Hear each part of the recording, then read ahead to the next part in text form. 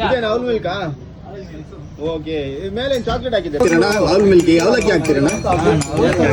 ಆಮೇಲೆ ಬಾದಾಮ್ ಹಾಕಿ, ದ್ರಾಕ್ಷಿ ಹಾಕ್ತೀವಿ. ಇಲ್ಲಿ ಬಾದಾಮು. ಓ, ಇದೇನು ಕುಟ್ಟದೇನಕ್ಕೆ?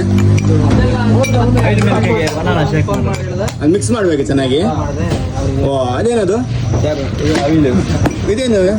ಅದು ಕಡಲೆ ಶೇಂಗಾ ಬೀಜ. ಶೇಂಗಾ ಬೀಜ ಅಂತಾರಲ್ಲ, ಅದಾ ಹಾಕಿ ಎಷ್ಟು ಹಾಕ್ತೀರಣ್ಣ ಅದಕ್ಕೆ? ಓ, ಇದೇನು ಅವಲಕ್ಕಿನಾ? ಡ್ರೈ ಅವಲಕ್ಕಿನ ಯಾವ್ದದು? ರೋಸ್ಟೆಡ್. ಅದು ನೀವೇ ಮಾಡೋದಾ ಅಲ್ಲ ಎಲ್ಲ ತರೋದು ಅದು?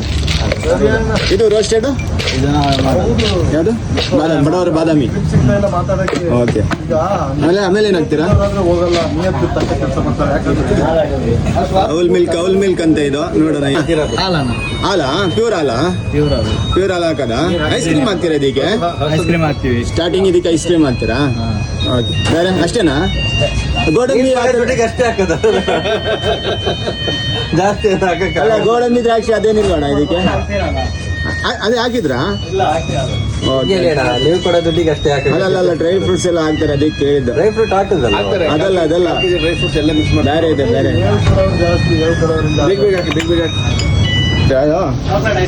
ಐಸ್ ಕ್ರೀಮಾ? ಓಕೆ, ಸೂಪರ್ ಆಗಿದೆ ನೋಡಿ. ಇದೆ ಅವಲ್ ಮಿಲ್ಕ್ ಅಂತೆ, ಅವಲಕ್ಕಿ ಎಲ್ಲ ಹಾಕ್ತಾರೆ ಇದಕ್ಕೆ. ಅವಲ್ ಮಿಲ್ಕ್ ಓಕೆ.